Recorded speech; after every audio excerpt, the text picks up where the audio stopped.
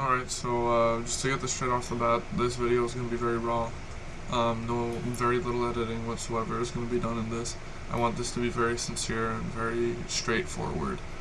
Um, so the topic at hand is this recent uprising pandemic in the world that's essentially teen suicide. Now, from what I've read and from the videos that I've seen and the testimonials that I've heard, this uprising pandemic is centralized around homosexuality and essentially bullying in that general area, and essentially being different and feeling like these people don't really have a place in the world.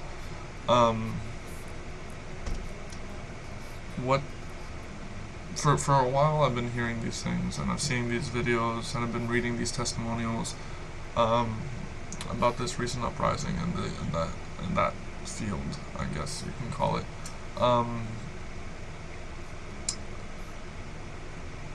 And I'm kind of at a loss, because me being who I am, I feel like I should say something, which is what I've decided to do today. But I can't really shed a light on being physically abused because I was gay. I was brought up into a very accepting family, with two wonderful parents who have accepted me, despite the fact that I'm clearly not your average teenager. Mind you, I'm not a teenager anymore, but when I was a teenager, I was definitely not your normal teenager. Despite that, they were very accepting of me. And I had wonderful friends, and still have some very wonderful friends who were very accepting of me and helped me out through a lot of hard times. But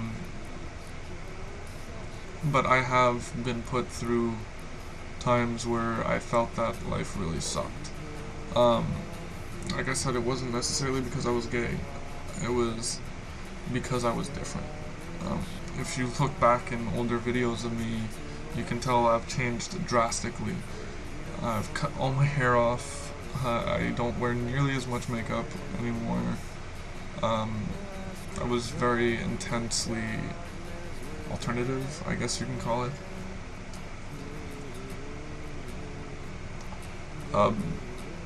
Because of that, because I was the only one around where I live that was like that, I had to deal with a lot of shit. I got very frequently bullied. I was very frequently put down. Verbal, physical, emotional abuse on every level. I received frequent death threats. I was spat on. I got flack from my school board because of the way that I dress. I was called in onto the principal's office at my school on more than one occasion for letters that parents have sent to my school saying that I should be kicked out because I'm scaring their kids just because of the way that I look. Now, like I said, me being who I am, I'm not one to hide what I feel. I'm not one to hide what I think. And as far as I'm concerned, I was told several times, maybe if you want this pressure to go away, you can stop looking like that and be normal. To me, being normal is being who I am. I may not necessarily be accepted for it, but it's me. I'd be committing suicide just for changing what I look like, because it's my form of self-expression. It's my emotions and the inner sinews of my being exposed. Um, and I wasn't about to let some people off the streets tell me that I'm not allowed to be me. Just because they feel like I'm scary, or that because a few bad apples ruined a certain style of clothing. But even though I went through a lot, and I was kind of dulling it down because I was very close to quitting school.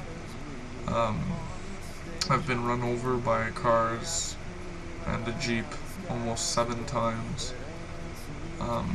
Death threats, like I said, frequent death threats. Uh, my house was egged frequently, more than one time. I've been followed home. All this kind of, and pretty much almost anything you can imagine, it's happened to me. But never once in my entire life could I honestly ever say that suicide was an answer for me.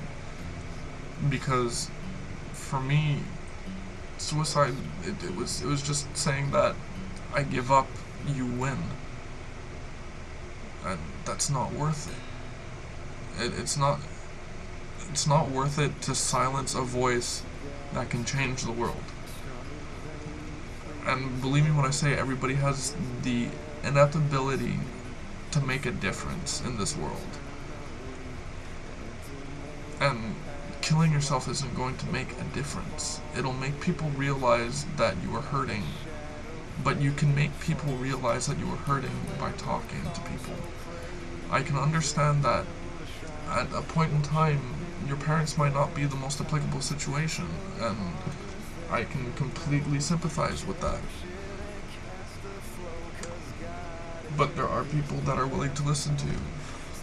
I myself have been working with gay youth centers for almost 8 years. I've been volunteering my time with them for a long time, and I've personally saved 2 lives with one sentence: don't be selfish enough to kill yourself. It may sound harsh, but it works. It's true. By killing yourself, you're essentially saying that when you've given up on yourself, and you've given up on the people that do care about you, and the people that are willing to fight for you. And like I said, I can understand where it might seem like they're not there at the time, but they are. Because when these things do eventually, when these stories about young teens killing themselves become publicized, people are hurt by it. People are sympathetic to those situations. People have hearts and people do care, and those people are willing to talk to you. I myself am willing to talk to you. In fact, if you want to, do not be shy. I'm not some crazy pedophile. My Skype is in the description box. I'd be more than happy to talk to you. If you don't have Skype, my email is also there.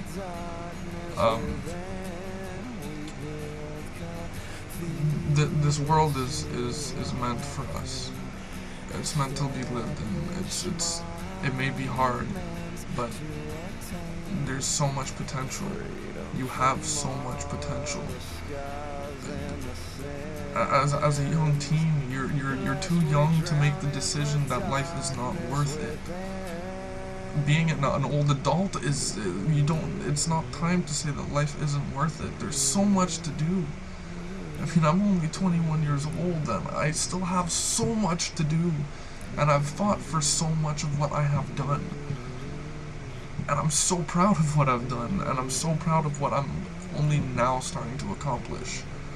And like I said, I'm only 21 years old. I can't imagine what would make somebody 15 years old feel that life isn't worth it. So just keep in mind, life is worth it. You're better than those people that think that it isn't.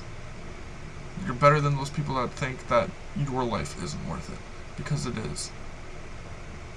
So just know that there are people that are willing to talk to you, and people that are caring about you, and people that will care about you. Take care.